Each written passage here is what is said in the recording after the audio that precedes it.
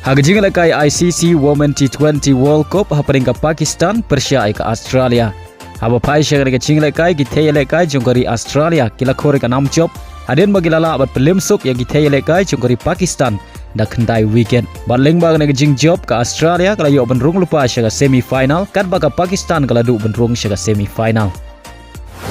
Hagajing lekai UEFA Nation League haparing ke Slovakia Persia ke Sweden. Haba pai syang ne jing lekai baro artli ken hun kia khait da mar ar gol hadu bukut jong ke jing lekai.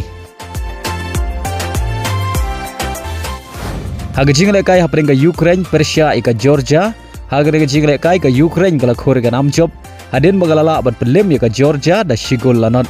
Badia ke shigol jong ke Ukraine layo bentep ha ke minit ke balai peusan lengbau mai khailo. Hagajing lekai haparing ke Turki Persia ke Montenegro. Hagan ke jing lekai ke Turki kala khore ke nam chop. Hadin bagalala abat pelim ya ke Montenegro da shigol lanot. Badia ke shigol jong ke Turki layo bentep ha ke minit ke ban riu peu khandai.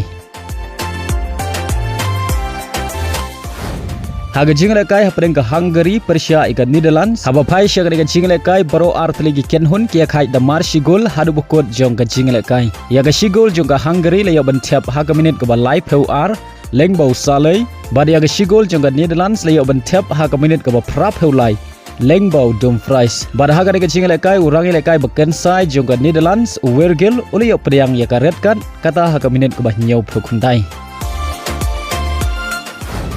Hagawai par ke jing lekai Nation League haparing ke Bosnia Persia ke Germany. Hagane ke jing lekai ke Germany kala khor ke nam job hadin bagalala ban pelim ke Bosnia and Herzegovina da ar la kawai. Badia ki ar gol jong ke Germany layo ban tep lengbau undaf ha ke minit ke balai peu bad ha ke minit ke balai penriu.